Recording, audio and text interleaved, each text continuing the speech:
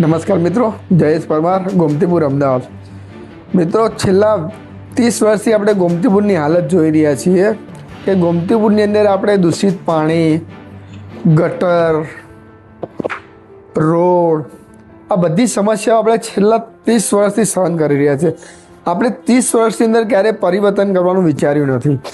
મિત્રો, હવે આપણે જોઈએ છીએ કે ઇલેક્શન આવે ત્યારે જ કેમ નેતાઓ બહાર આવે છે, કેમ ઇલેક્શનના 5 વર્ષ ક્યાં જાય છે.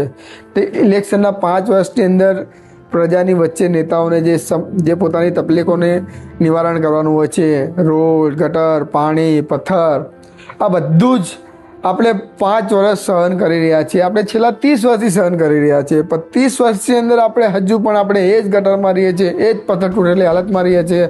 મિત્રો, હમણાં પણ આપણે જોયું કે 2 દિવસ પહેલાં એક ગટરની અંદર છોકરો ઢાંકણું જે હતું એ તૂટેલું હતું, જેની અંદર 4 વર્ષનો બાળક એક્સપાયર થઈ ગયો.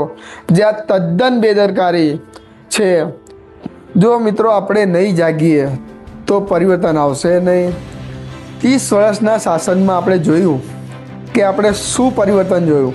ના રોડ બરાબર જોયો, ના પથ્થર બરાબર જોયા, કે ના ગટર બરાબર જોઈ, કે ના પાણી બરાબર જોયું. તો નેતાઓનો વિકાસ થયો, પ્રજાનો નહીં. લાખો રૂપિયાનું બજેટ સરકાર આપે છે, પણ આજ દિન સુધી આપણે જોઈએ છીએ ગોમતીપુરની હાલત એની એ જ છે. મિત્રો, હવે ઇલેક્શન આવે છે, થોડા મહિના બાકી રહ્યા છે ઇલેક્શનમાં. હવે ઘણા નેતાઓ બહાર આવશે જે આપણે જોયા પણ નહીં હોય.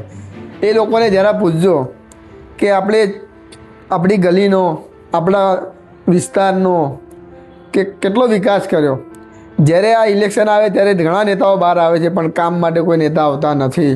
મિત્રો, જરૂરથી પરિવર્તન લાવજો અને એવા નેતાને લાવો કે જે પ્રજાની વચ્ચે રહેનાર હોય, પ્રજાનું કામ કરનાર હોય, પ્રજાનો વિકાસ કરનાર હોય. નમસ્કાર, જયેશ પરમાર, ગોમતીપુર, અમદાવાદ.